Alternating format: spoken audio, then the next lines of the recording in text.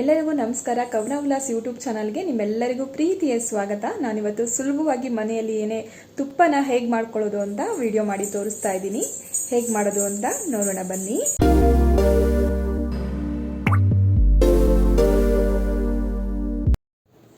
ಮೊದಲು ಮನೆಯಲ್ಲಿ ಸಂಗ್ರಹಿಸಿದಂಥ ಬೆಣ್ಣೆನ ಒಂದು ಪಾತ್ರೆಗೆ ಹಾಕಿ ನಿಧಾನವಾದ ಉರಿಯಲ್ಲಿ ಕರಗಲು ಬಿಡಬೇಕು. ಕರಗಿರುವಂತಹ ಬೆಣ್ಣೆನ ನಾನಿಲ್ಲಿ ಸ್ವಲ್ಪ ತಣ್ಣಗಾಗಿದ ನಂತರದಲ್ಲಿ ಇದನ್ನು ಶೋಧಿಸ್ಕೊಳ್ತಾ ಇದ್ದೀನಿ. ಯಾಕಂದರೆ ಮಜ್ಜಿಗೆ ಅಂಶ ಇರುತ್ತೆ, ಅದರಿಂದ ಈ ಥರ ನೀವು ಶೋಧಿಸ್ಕೊಳ್ಳೋದ್ರಿಂದ ತುಪ್ಪ ತುಂಬ ದಿನ ಬಾಳಿಕೆ ಬರುತ್ತೆ, ವಾಸನೆ ಕೂಡ ಬರೋದಿಲ್ಲ. ದಪ್ಪ ತಳದ ಪಾತ್ರೆಯಲ್ಲಿ ನೀವು ಆದಷ್ಟು ತುಪ್ಪನ ಕಾಯಿಸ್ಕೊಳ್ಬೇಕು.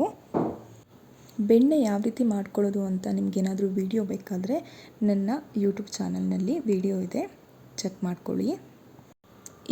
ಇದನ್ನಿವಾಗ ನೀವು ಮತ್ತೆ ಸಣ್ಣ ಉರಿಯಲ್ಲಿ ಕುದಿಯೋಕ್ಕೆ ಬಿಟ್ಬಿಡಬೇಕು. ಬೆಣ್ಣೆ ನಿಧಾನವಾಗಿ ಕರಗುತ್ತಾ ಹೋಗುತ್ತೆ, ಆವಾಗ ಅದ್ರ ಬಣ್ಣ ಕೂಡ ಬದಲಾಗುತ್ತಾ ಬರುತ್ತೆ. ಈ ಸಮಯದಲ್ಲಿ ನೀವು ಒಂದು ಸ್ಪೂನ್ ಹಾಕಿ ಆವಾಗವಾಗ ಮಿಕ್ಸ್ ಮಾಡ್ಕೊಳ್ತಾ ಇರಿ. ಸ್ವಲ್ಪ ಸಮಯದ ನಂತರ ತುಪ್ಪ ಚೆನ್ನಾಗಿ ಕುದಿದು ಮೇಲೆ ನೊರೆ ಕಡಿಮೆ ಆಗ್ತಾ ಬರುತ್ತೆ. ಒಳ್ಳೆ ಸುವಾಸನೆ ಬರಲು ಶುರುವಾದಾಗ ತುಪ್ಪ ರೆಡಿಯಾಗಿದೆ ಅಂತ ಅರ್ಥ. ತುಪ್ಪ ಹೇಗೆ ರೆಡಿಯಾಗಿದೆ ಅಂತ ತಿಳ್ಕೊಳ್ಬೇಕಂದ್ರೆ ಈ ಕುದಿಯುವಾಗ ಒಮ್ಮೆಲೆ ಮೇಲ್ಗಡೆ ದೊಡ್ಡದಾಗಿ ವೈಟ್ ಕಲರು ನೊರೆ ಬಂದುತ್ತೆ. ಆವಾಗ ನೀವು ಗ್ಯಾಸ್ ಆಫ್ ಮಾಡಿಬಿಟ್ರೆ ತುಪ್ಪ ರೆಡಿಯಾಗಿದೆ ಅಂತ ಅರ್ಥ. ನೋಡಿ, ಇವಾಗ ತುಪ್ಪ ರೆಡಿಯಾಗಿದೆ. ಇದನ್ನು ಸ್ವಲ್ಪ ತಣ್ಣಗಾಗಕ್ಕೆ ಬಿಟ್ಬಿಡೋಣ. ನಂತರದಲ್ಲಿ ಇದನ್ನು ಒಂದು ಸ್ವಚ್ಛವಾದ ಬಟ್ಟೆ ಅಥವಾ ಜರಡಿ ಬಳಸಿ ಫಿಲ್ಟರ್ ಮಾಡಿ ಒಂದು ಗಾಜಿನ ಬಾಟಲ್ಗೆ ಹಾಕಿಟ್ಕೊಳ್ಳಿ. ತುಪ್ಪ ರೆಡಿಯಾಗತ್ತೆ.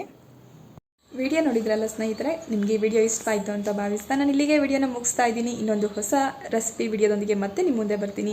ಪ್ಲೀಸ್ ನೀವೇನಾದರೂ ಮೊದಲನೇ ಸರಿ ನನ್ನ ಈ ಚಾನಲ್ನ ವಿಡಿಯೋನ ನೋಡ್ತಾ ಇದ್ದರೆ ಪ್ಲೀಸ್ ಸಬ್ಸ್ಕ್ರೈಬ್ ಮಾಡ್ಕೊಳ್ಳಿ, ಹಾಗೂ ವಿಡಿಯೋಕ್ಕೊಂದು ಲೈಕ್ ಬಟನ್ ಒತ್ತಿ. ವಿಡಿಯೋದ ಬಗ್ಗೆ ನಿಮಗೇನಾದರೂ ಅನಿಸಿಕೆ ಅಭಿಪ್ರಾಯಗಳಿದ್ದರೆ ಕಮೆಂಟ್ ಮೂಲಕ ತಿಳಿಸಿ. ಮತ್ತೆ ಹೊಸ ವಿಡಿಯೋದೊಂದಿಗೆ ಮತ್ತೆ ನಿಮ್ಮ ಮುಂದೆ ಬರ್ತೀನಿ. ನಮಸ್ಕಾರ.